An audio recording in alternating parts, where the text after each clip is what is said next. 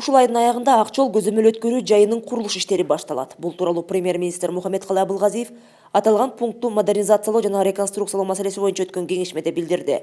Бул өткөрмө жайы аркылуу ары бери каттагандар көп. Ошондуктан бардык иштер тез жана өз мөөнөтүндө бүткөрүлүшү керек. Ошол эле учурда оңдоо иштери жүрүп жаткан учурда мамлекеттик чек арадан жөө өткөндөр үчүн убактылуу көпүрө куруу мүмкүнчүлүгүн караштыруу зарыл. Муну алар үчүн чек ара жабык болоорун жана алардын агымы башка жакынкы көзөмөл өткөрүү жайларына багыт алаарын эске алып, чек ара кызматынын кызматкерлеринин санын көбөйтүү керек. Бул иштер бардык жарандарга шарттарды түзүү үчүн жасалууда, деди Мухаммедкалый Абылгазиев. Муну менен катар өкмөт башы жасалган иштер бардык курулуш ченемдерине жооп бериши керектигин белгилеп, курулуштун жүрүшүн премьер жеке өзү көзөмөлдөй турганын кошумчалады. Үй-бүлөдөгү зомбулук бул бүтүндөй коом үчүн трагедия. Коомдун үрөйүн учуруп, аялдарга карата жасалган катаал мамилеге мамлекет көңүл бурбай койбойт. 2020 жыл аймактарды өнүктүрүү, өлкөнү санариптештирүү жана балдарды колдоо жылы.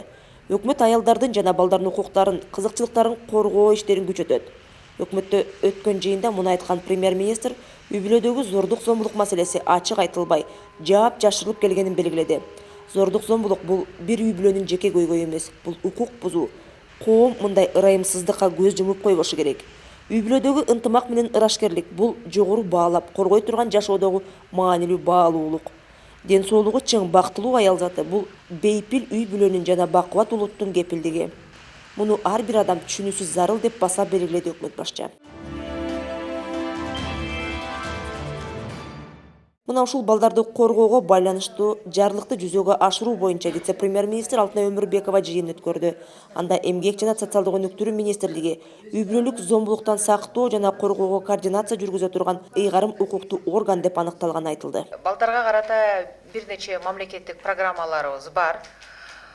Бирок ошого карабай мен ойлойм, жол картасы дагы ошол ар бир мамлекеттик программада каралган иштерди күчөтүү боюнча, конкреттүү чараларды көрүү боюнча план болуш керек деп ойлоймун. Өзгөчө бул жерде албетте бардык балдарга карата иш-чараларды өткөрүү боюнча, бирок ошол эле учурда басымды жетим балдарга, интернатта тарбияланган балдарга, оор шартта жашаган балдарга, алардын үй-бүлөлөргө колдоо көрсөтүү, вот ошондой сыяктуу маселелерди мен ойлойм биз болсо биринчи ирет карашыбыз керек. Вице-премьер-министр Алтынай Өмүрбекова аялдар иштери жана гендердик өнүктүрүү боюнча улуттук кеңештин жыйынын өткөрдү. Анда Өмүрбекова Бишкек жана Ош шаарларында жакынкы арада 2 мамлекеттик кризистик борбор ачыларын белгиледи. Мындан тышкары бардык шаарларда жана айыл өкмөттөрдө үй-бүлөдөгү зомбулуктун алдын алуу боюнча комитеттер түзүлүп жатканын кошумчалады. Белгилей кетсек, жыйын учурунда үй-бүлөдөгү зомбулуктун алдын алуу жана ага каршы күрөшүү маселелери боюнча тиешелүү мамлекеттик органдардын отчеттору каралды. Катышуучуларга өкмөткө караштуу аялдар иштери жана гендердик өнүктүрүү боюнча улуттук кеңештин катчылыгы түзүлгөнү тууралуу маалымдалды. Сегодня 27 комитетов, которые Бардык шаарларда жана айыл өкмөттөрдө үй-бүлөдөгү зомбулуктун алдын алуу боюнча комитеттер негизделет. Ал коомдук башталыштарда мамлекеттик органдардын, жергиликтүү бийлик органдарынын, диний өкмөттүк эмес уюмдардын жана башка жергиликтүү коомчулуктардын активдүү мүчөлөрүнүн үй-бүлөдөгү зомбулуктун алдын алуу боюнча өз ара иштешүү жана координациялоо үчүн түзүлөт. Каржылоо көлөмүн көбөйтүү мүмкүндүгү менен зордук зомбулуктун курмандыктары менен иштөө боюнча мамлекеттик социалдык буйртма жайгаштыруу иштери дагы улантылмакчы. Былтыр өкмөт социалдык жактан мааниге ээ болгон бардык төлөмдөрдү ишке ашырды. Муну менен катар авариялык абалдагы жана жаңы социалдык объекттерди куруу иштери активдүү жүрдү. Бул иштер быйыл дагы улантылат. Быйыл биз чоң көлөмдөгү кирешени күтүп жатабыз. Ал үстүбүздөгү жылга белгиленген башка төлөмдөрдү дагы ишке ашырууга шарт түзөт. Анткени быйыл биз мугалимдердин көбөйтүлгөн айлык акысын туруктуу каржылоону гана камсыздабастан, пенсия жана башка социалдык төлөмдөрдүн өлчөмүн жогорулатууга жетишүүгө тийишпиз. Мына ушуларды премьер-министр Мухаммедкалый Абылгазиев бюджеттик саясаттын негизги принциптерин ишке ашыруу маселеси боюнча өткөн кеңешмеде билдирди. Ал арада Таластагы алтын кен комбинатынын алтын өндүрүүчү фабрикасында өндүрүштү жөнгө салуу иштери башталды. Жер үйдүн өндүрүш тилкесинде иштеп жаткан жумушчулардын 90% кыргыз жарандары. Муну менен катар жергиликтүү элдин арасынан сынактын негизинде тандалгандарды даярдоо жана аларды кесиптик жактан окутуу улантылууда. Келечекте кенде иштөө мүмкүнчүлүгүнө ээ болгон 380 адам даярдоодон өттү. Экономика темасын улай. Салык жол жоболорун фискалдаштыруу боюнча жүргүзүлгөн реформа жеке ишкерликти коргоо, көмүскө экономика менен күрөшүү жана ишкерликте таза атаандаштыкты түзүүнү аткарышы керек. Бул тууралуу премьер-министр Мухаммедкалый Абылгазиев салык жана бажы жол жоболорун санариптештирүү боюнча координациялык кеңештин жыйынында билдирди. Салык жана бажы процедуралары толук фискалдаштырылса, бизнес жүргүзүүдө ачык атаандаштык түзүлүп, көмүскө экономиканын деңгээли түшөт. Санариптештүүнү кирсек, фискалдаштыруу системалары иштесе, эң биринчи максатыбыз биз бизнеске жөнөкөйлөштүргөн процедураларды түзүшүбүз керек. Мынакей 24% деп айтып атат көмүскө экономика. Кээ бири айтып атышат 40%га чейин деп. Мына ушуларды көмүскөдөн чыгарууда сөзсүз түрдө биз максатыбыз мыйзамдарды туура аткарып иштеген бизнести колдошубуз керек. Эгерде биз көмүскөдөн ошондой процедуралар аркылуу көмүскөдө турган экономиканын бөлүгүн чыгара ала турган болсок, биз анда кээ бир салыктын чендерин жеңилдетүү тарабына карашыбыз керек. Бул биздин максатыбыз. Өзүбүздүн өнөктөш мамлекеттерден артта калбашыбыз керек. Ошон үчүн быйыл 2020 жылы эң чоң чечимдерди жана кадамдарды жасап, күч аракетибизди ушул тармакка жумшашыбыз керек. Жыйында салык кодексинин долбоорун кабыл алуу, салык кызматынын маселелерин иштеп чыгуу борборун курууга даярдык көрүү, май куюучу жайларда башкаруунун автоматташтырылган системасын жана электрондук эсеп фактураларын киргизүү, кассалык чектер боюнча өбөлгөлөөчү акцияларды ишке берүү каралды. Кыргызстан менен Тажикстандын чек арасын делимитациялоо жана демаркациялоо боюнча маселе президенттин, премьер-министрдин катуу көзөмөлүндө. Бул багытта дипломатиялык линия боюнча иштер бекем жүргүзүлүүдө. Эскерте кетсек, былтыр Кыргызстан менен Тажикстандын мамлекет башчыларынын жолугушуусунда чек араны тактоо иштери туруктуу негизде жүргүзүү жөнүндө тапшырма берилген. Бул маселелер боюнча биз дипломатиялык каналдар боюнча дайыма сүйлөшүүлөрдү уюштуруп, жыйындарды уюштуруп, биз жумушту жүргүзүп атабыз. Атап кетсек, мына былтыркы жылы Кыргыз Республикасы менен Тажик Республикасынын президенттери учурашып, ошол маселени жылдырыш керек деген келишимге келгенден кийин бизде ошол Кыргыз делегациясы менен Тажик делегациясынын ортосунда жолугушуу болуп өттү Баткен шаарында. Ал жерде жумуштун баарыны биз талдап, анализдеп, жумушту 3 багытка бөлдүк. Бул биринчиси дайыма иштөөчү группа. Ал ошо жериндеги биздин ошол чек арага жана картографияга тиешелүү жетекчилер жетектеп, Бөрүбаев деген жетекчибиз жетектеп келди. Андан сырткары топографиялык жумушчу топтун деңгээлинде дагы график түзүлдү. Бул группанын жетекчиси биздеги жер ресурстары боюнча мамлекеттик агенттиктин директору Ботубаев болду. Андан кийин техникалык группалардын графики түзүлдү. Бул жерде биз ошол делимитацияны жүргүзүү үчүн чоң масштабтагы топографиялык карталар жасоо болуп эсептелет. Бул бардык маселелер эки тараптуу болууга тийиш, себеби бир тараптуу маселени бир тараптуу түзүп алса, ал экинчи тарап кабыл албай калышы мүмкүн. Ошол биз сүйлөшкөндөн бери 20дан ашу жолугушуулар болду ар кандай деңгээлде. Бүгүнкү күнгө кандай жыйынтык бар? Бүгүнкү күндө ошол чоң масштабтагы топографиялык карталардын 134 даанасы даярдалып, мына жумушка даяр болду. Чек ара демекчи, бул маселеге байланыштуу вице-премьер-министр Жеңиш Разаковдун жана Тажикстандын вице-премьер-министри Азим Ибрахимдин жолугушуусу өттү. Сүйлөшүүлөр Баткендеги чек аранын Кызыл Бел жана Гүлистан өткөрмө жайларынын аймагында болду. Жыйындын жыйынтыгы боюнча тиешелүү протоколго кол коюлду.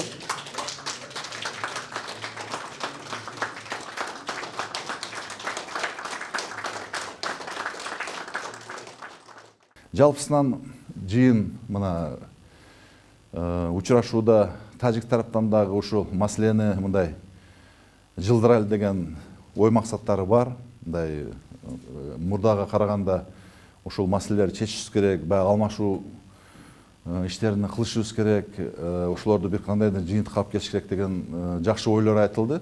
Мана биз азыр бүгүнкү учурашуу менен эле биз кийинки ушул топографиялык жумушчу топ менен укуктук топтун кийинки учурашуусун 21 январга белгилеп, нота берилип, азыр биз тажик тарап менен макулдаштык. Протоколго ылайык укуктук жумушчу топторго 2020 жылдын 15 февралына чейин 114 чакырым аралыктагы чек ара аймагын аныктоо боюнча макулдашылган позицияны берүү тапшырылды. Топографиялык жумушчу топторго Баткен району менен Исфара шаарынын ортосундагы Самаркандек жана Көкташ тилкелеринин ортосундагы жерлерди аныктап, жерлерди алмашуу боюнча макулдашылган сунуштарды 2020 жылдын 1 мартына чейин иштеп чыгуу тапшырылды. Тараптар Чоркух, Аксай, Ворух, Көкташ, Ортобоз унаа жолдорунда биргелешкен күзөтүн улантууга, Исфара, Ворух жана Баткен, Исфана унаа жолдорунун кесилишинде жол чырактарын, байкоо камераларын орнотуу чараларын көрүүгө макулдашышты. Чектеш облустардын жергиликтүү бийлик органдарына окуяларга жол бербөө, ошондой эле чектеш райондордун калкынын зарын маселелерин чечүү максатында түшүндүрүү, алдын алуу иштерин жүргүзүүнү күчөтүү тапшырылды. Социалдык, экономикалык жана маданий гуманитардык маселелерди өнүктүрүү, чыр-чатактардын алдын алуу максатында Баткен облусунун жана Согди облусунун жергиликтүү бийлик органдарынын ар тараптуу кызматташуусу активдештирилет. Тараптар Кыргыз-Тажик мамлекеттик чек арасын делимитациялоо жана демаркациялоо боюнча комиссиясынын жумушчу топтордун ишин, чек ара маселелери боюнча жолугушууларды жалпыга маалымдоо каражаттарында чагылдыруу боюнча макулдашууларды катуу кармануу тууралуу бир пикирге келишти. Согди облусунун председатели менен чогуу сүйлөшүп, мына жакынкы күндөрү январь айында өзүнчө мына областтык деңгээлде дагы жолугушуу өткөрүү боюнча мындай сүйлөштүк. Мен ойлойм, мына ошол жолугушуунун натыйжасында биз иш чаралык планын бекитип, тиешелүү район, шаар жана укук коргоо органдары жана башка тармактарга милдеттерди коюп, мына ошонун үстүндө иш алып барабыз. Кандайдыр бир күчтөр өздөрүнүн жеке кызыкчылыгына дагы колдонууга аракеттер болуп атат. Мына ошондуктан биз мындай ошол терс көрүнүштөгү окуяларды болдуруу максатында элдин арасында түшүндүрүү иштерин жүргүзүп атабыз. Мына ошонун алкагында эгерде кимдер бирөө мына ушундай Баткен областындагы чек ара маселесини колдонуп, кандайдыр бир туура эмес иштер жүргүзгөн болсо, мына күч органдары дагы азыр өзгөчө иштерди алып барып атат. Мына ушул жолугушуулардын натыйжасында кол коюлган протоколдун пункттарынын бирин аткаруу боюнча иш башталды. Тагыраак айтканда, топографиялык жумушчу топ тажик тарап менен жерлерди өз ара алмашуу боюнча маселелерди иштеп чыгууга киришти.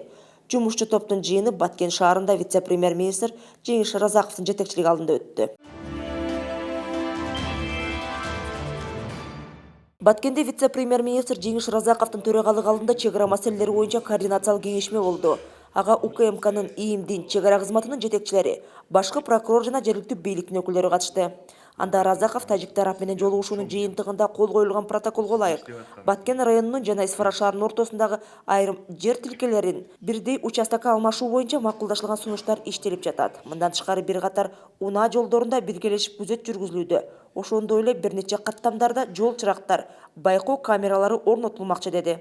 Жыйынын соңунда күч түзүмдөрдүн жетекчилерине, жергиликтүү азалынча башкаруу органдарына чек ара аймактарында коомдук коопсуздукту жана тартипти камсыз кылуу боюнча комплекстүү иштерди жүргүзүү, ошондой эле тажик тарап менен сүйлөшүү процесси боюнча эл арасында түшүндүрүү иштерин алып баруу тапшырмасы берилди.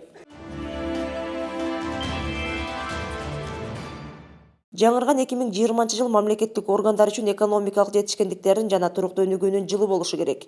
Бул тууралуу премьер-министр өлкөнүн мамлекеттик органдарынын жетекчилери менен өткөн кеңешмеде билдирди. Бюджет финансылык сектор боюнча мына азыр 148 миллиард сомдон ашык бюджетибизди жыйынтыктадык кечеге. Былтыркыга салыштырмалуу 13 миллиард сомго көбүрөөк чогулттук. Экономикабызда кризис, Кыргызстанда өнүкпөй атат деген менен бюджетибиз былтыркыга салыштырмалуу 13 миллиард сомго өстү. Абдан чоң маселелер каралды, мыйзамдар каралды, өкмөттүн токтомдору чыкты. Мына азыр быйыл 2020 жылы баягы мен бюджетти коргоп атканда айтканда финансылык тартип жылы болот. 20 жылы ар бир органдар боюнча 2ден 3төн тапшырманы бүтүрөлү. Баарыңар жок дегенде бир жылдан ашык отурдуңар. Жетекчи болуп. Азыр жемишибизди беришибиз керек. Мухаммедкалый Абылгазиев 2019 жылы жетишилген бир катар көрсөткүчтөргө токтолуп, быйыл мамлекеттик органдарга бир нече милдеттер коюлганын кошумчалады. Анын айтымында салыктык жана бажылык жол жоболорду фискалдаштыруу 2020 жылы өкмөттүн артыкчылыктуу багыты болот. Мындан тышкары энергетика тармагындагы эсептөө борборун ишке берүү жана айыл чарба тармагын жакшыртууга дагы маани берилет. Энергетика системасында биз жана эсептөөчү борборду бүтүрүшүбүз керек быйыл. Бул эсептөөчү борборду бүтүрсөк быйыл, ошол станциядан чыккан, Токтогул КЭСтен чыккан керектөөчүгө келгенде канча чыгым болот, канчасы энергия болуп жетет, ушунун баарын тең чыгартабыз быйыл. Айыл чарбасы боюнча быйыл эми 2019-жылы жакшы жетишкендиктер болду. Экспорт мына көбөйдү. Евразиялык биримдиктин аймагына чыгара турган өндүргөн товарларынын сапаты шайкеш келе турган 102 компания болду бизде азыр. 2018-жылда бизде 43 эле болчу. Мына ушулардын товарлары азыр бизде Казакстанда, Россияда, Белоруссияда, Арменияда жана башка мамлекеттерде сатыла баштады. Сапат жагына көңүл беришибиз керек. Бизде малыбыз бар, бирок сапаты жок болуп атат. Өсүмдүк бар, сапат жок. Азыр биз ошон үчүн жана ФСК 8-ди субсидировать этпей, кредит катары беришибиз керек, кайра жыйнашыбыз керек. Мына ошого сапатты алып барышыбыз керек. 1 миллиард сом кредиттик багыт кылып, линия кылып ачып беришибиз керек. Муну менен катар быйыл дагы өкмөт социалдык багыттагы иштерге өзгөчө маани берет. Таза суу менен камсыз кылуу, социалдык мааниси бар долбоорлорду ишке ашырууда, мамлекеттик жеке өнөктөштүктү өнүктүрүү боюнча долбоорлорго өзгөчө көңүл бурулат. Саламаттык сактоо министрлигинин алдына медициналык жардам көрсөтүүнүн сапатын жакшыртуу боюнча тапшырмалар коюлду. Саламаттык сактоо боюнча былтыр биз миллиардтан ашык сомду ошо бөйрөк оорусу менен ооруган жарандарыбызга гемодиализди бекер деп бекитип бердик. Бул абдан чоң чечим болду. Канча деген жарандарыбыз үйсүз, жайсыз калды ошо бөйрөк үчүн. Булардын баарын азыр мынакей каалаган жерге барып гемодиализ процедурасын алса боло берет. Электрондук санарип саламаттык сактоо системасын быйыл бир жакшы бир жетишкендикке жетишибиз керек. Мына дары дармек боюнча азыр келе атабыз. Быйыл бир да дары дармек өзү учету жок. Биздин немеге кирбеш керек, биздин жарандарга колдонулбаш керек. Билим берүү жана илим министрлиги мезгил чакырыктарын жана экономиканын талаптарын эске алуу менен билим берүүнүн сапатын көтөрүү жана илимди өнүктүрүү маселелерине көңүл бурушу керектиги дагы белгиленди. Кыргызстан менен Россиянын кайчылашчылыгында Кыргыз жергесинде 100га жакын иш-чара өткөрүлөт.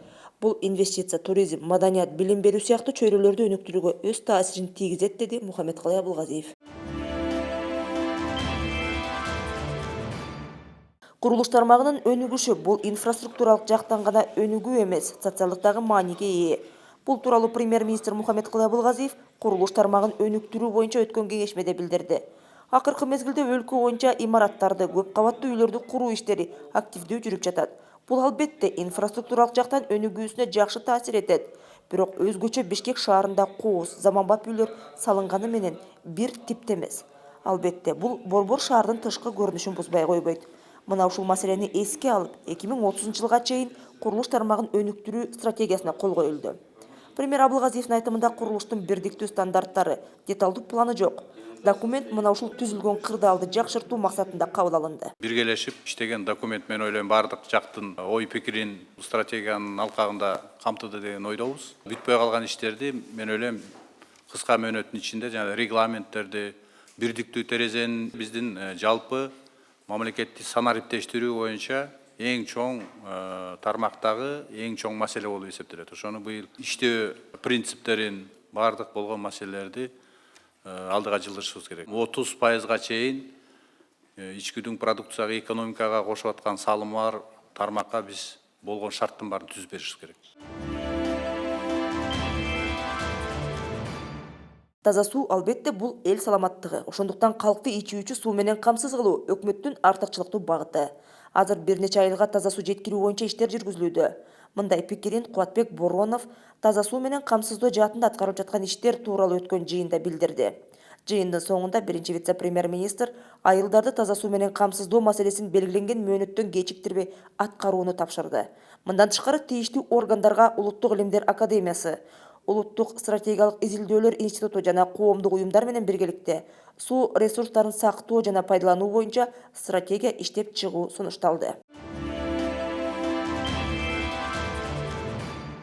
Жаштарды адамзат баалуулуктары менен тарбиялоодо тасмалардын ролу чоң, ошондуктан келечек муундун инсан катары калыптанышына өбөлгө боло турган фильмдер тартылышы керек. Мына ушул максатты көздөп, өкмөт сериал тартууга акча бөлүү чечимин кабыл алды. Бул тууралуу премьер-министр Мухаммедкалый Абылгазиев Дарагыры мюзиклинин режиссеру, сценаристи Айбек Дайырбеков жана тасманын продюсери Толкун Дайырбекова менен жолукканда билдирди. Мен көптөгөн ата мекендик тасмаларды көрүп жүрөм. Анын ичинде Дарагыры мюзикли эл тарабынан кабыл алынып, татыктуу баа берилди. тасма маанилүү, калктын кеңири чөйрөсүнө жеткиликтүү жеңил берилген. Эң башкысы мюзиклда адеп ахлактык жана тарбиялык багыт бар. Бүгүнкү замандын чындыгында бул келечек ээлери үчүн өтө маанилүү аспект, деди Мухаммедкулай Булгазиев. Дарагы мюзиклдин режиссеру жана сценаристи Айбек Дайырбеков премьер-министрдин атынан энчилүү саат менен сыйланса, ал эми фильмдин продюсери Толкун Дайырбековага алкыш жарыяланды.